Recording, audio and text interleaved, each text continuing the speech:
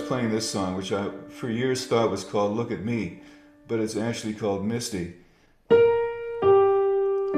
Starts like this, right?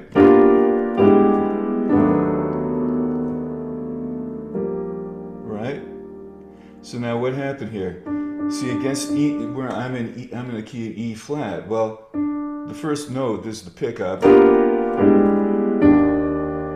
First note is a diminished note of E flat. It's a D natural. That's the diminished of E flat major, right?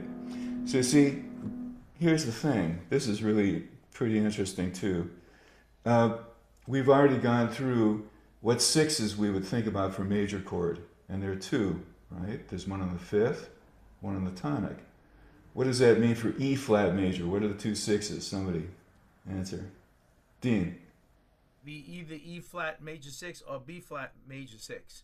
Correct. On the fifth or on the tonic, right? I have a question. You'd have two different diminished though. You'd have. That's exactly right. And that was going to be my next point. You see, both of those sixes, the one on the fifth and the one on the tonic, they each have different diminishes.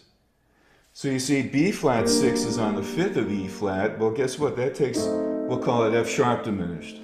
Okay, you call it from any of these points, right?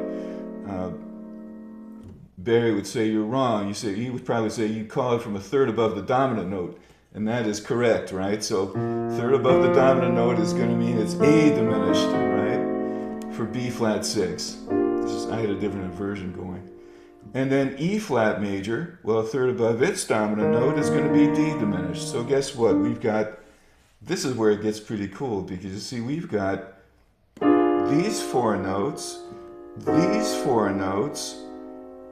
and notes of the sixth chord, both of those six chords that are not present in these two diminishes.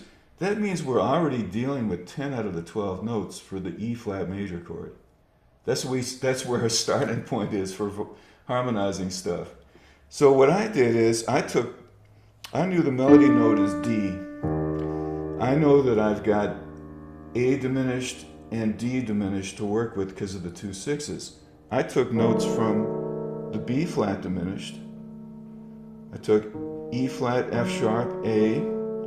The guitar players, it's going to be hard for you to do 5 notes unless you get somebody to come in the room and help you out with the third hand.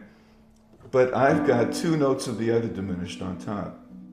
So I play 2 notes of the diminished for B flat 6 and 2 notes of the diminished of E flat 6. With piano players, you can put A in there as well as you want to have a nice kind of tight voicing like that.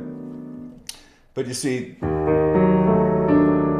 that's how I came up with that voicing.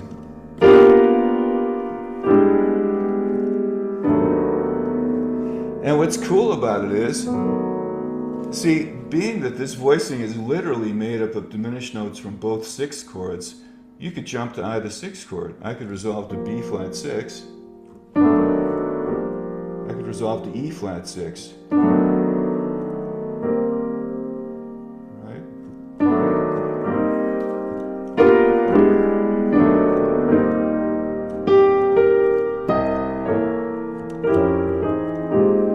You know, you go either way.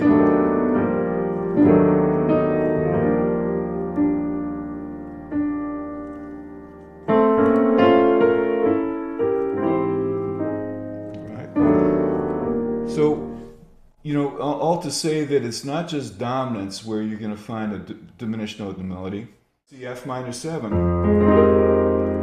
the B flat on top. In fact, that's probably how that tune started. You know, Misty, F minor 7 to B flat 7, right, to E flat major. B flat is a diminished note. Here. Now why? Well, because F minor 7 is A flat 6.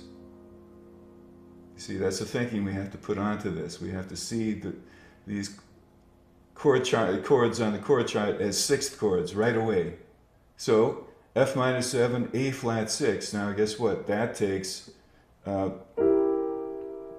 this diminished C sharp, E, G, B flat. That makes B flat a diminished note against the chord.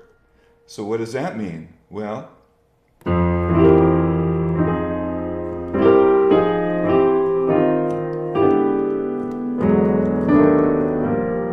that means we can add different diminished notes in with the chord. Just as, check it out, against that -7, you can add a major 7, the E, which will probably get you kicked out of your school, but now you can tell, you can at least say, well, it's a diminished note.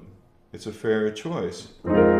So you see, if you've got, here's another case, if you've got a -7th chord with a diminished note in the melody, harmonize it with another diminished note.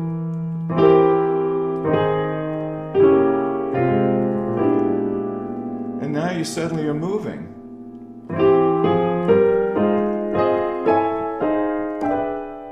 You see?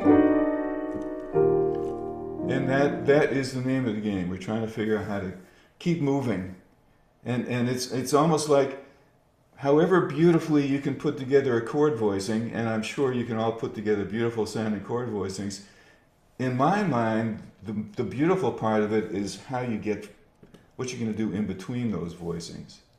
How you get, it's the movement part. How you get to move in between those various points. F minor 7 to B flat 7, for instance. That's where the interesting stuff is.